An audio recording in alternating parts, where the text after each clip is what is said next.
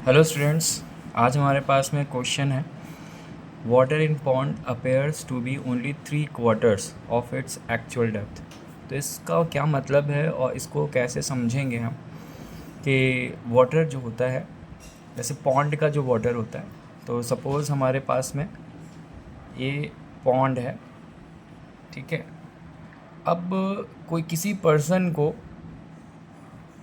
जैसे ये वाटर है आपका, यहाँ तक लेवल वाटर है, ये आपका ग्राउंड है, ठीक है, जहाँ पे आपका वाटर है। ऐसे ये वाटर आप देख रहे हैं। तो किसी भी पर्सन को बाहर से, जैसे कोई पर्सन यहाँ पे खड़ा है, तो उसको ये वाटर का जो लेवल होता है यहाँ से, ये आपकी होती है रियल डेप्थ। आरडी से मैं इसको डिनोट कर रहा हूँ, ये रियल डेप्थ होती है। अब ये वाटर अपेयर्ड जो होता है ऊपर से, वो यहाँ तक आपको दिखाई देता है, ऐसे यहाँ तक दिखाई पड़ता है आपको। मतलब आपको एक्चुअल डेप्थ जो होती है वो पता ही नहीं चलती कि वाटर की क्या है, क्योंकि जब किसी पर्सन बाहर से जब अंदर की तरफ देखता है तो वाटर थोड़ा सा ऊपर की तरफ राइज्ड हो जाता है, तो वो हमारी अपेयर डेप्थ होती है। यहाँ से यहाँ तक हमारी अपेयर डेप्थ होती है, ये अपेयर डेप्थ होती है। हमको दिखता इतना है, लेकिन डेप्थ काफ़ी होती है, लेकिन हमको ऊपर इतना दिखता है। तो इसका क्या रीज़न है, तो उसको आज हम सॉल्व करेंगे।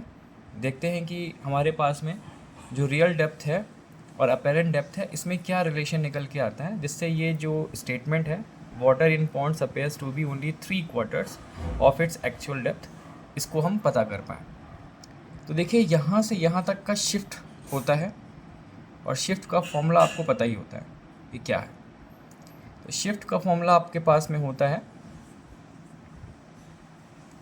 Real depth 1 upon refractive index of water with respect to air, यानी कि ए एंड डब्ल्यू अभी लिख लेते हैं। ये आपका फॉर्मूला होता है। इसी फॉर्मूले से हम ये प्रूव करेंगे इस स्टेटमेंट को।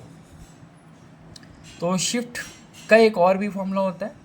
शिफ्ट का जो होता है, अगर हमको ये शिफ्ट पता करनी है, तो रियल डेप्थ में से अगर आप अपेरेंट डेप्थ माइनस कर दें, यानी कि शिफ्ट को अगर हम लिख दें real depth minus apparent depth, उसके आगे हमारे पास रियल डेप्थ है 1 - 1 तो refractive index of water with respect to air जो होता है वो 4/3 होता है। 1.33 है तो 4/3 होता है। ये 3 आपका ऊपर चला जाएगा। अभी इसको एज इट इज लिखा रहने देते हैं।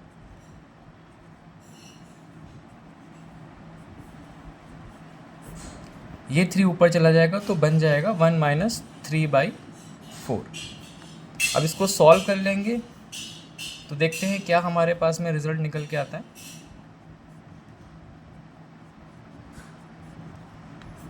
4 में से 3 गया, 1/4 आपका बचेगा। अब रियल डेप्थ 1/4 है, इसको इस रियल डेप्थ के साथ में सॉल्व करते हैं। तो रियल डेप्थ माइनस इसको दिए आते हैं, तो RD/4 हो जाएगा, और अपेरेंट डेप्थ को उधर ले जाते हैं। अब इसमें फिर से एलसीएम लेके सॉल्व कर लेंगे, तो 4 में से 1 गया तो 3 RD equals to apparent depth आ गया। तो आप देखिए यहाँ पे ये रिज़ल्ट हमारे पास आ चुका है कि अपेरेंट डेप्थ जो होती है 3/4 ऑफ द रियल डेप्थ होती है, ठीक है। यानी कि 75% ही हमको वाटर की लेवलिंग दिखाई पड़ती है। बाकी हमारा जो वाटर होता है यहाँ से वो रेज्ड हो चुका होता है ड्यू टू रिफ्रैक्शन। तो इसका कॉज जो है वो रिफ्रैक्शन में है, कि अगर कोई भी चीज़, अगर कोई पर्सन अगर बाहर से अंदर की तरफ देखता है तो वो हमको छोटा नज़र आता है। दैट्स वाई हमको ये जो रियल अपेरेंट डेप्थ जो दिखाई देती है वो 3/4 ऑफ रियल डेप्थ दिखाई देती है। इसके कई और सारे हमारे पास में और आर्टिकल्स भी हैं।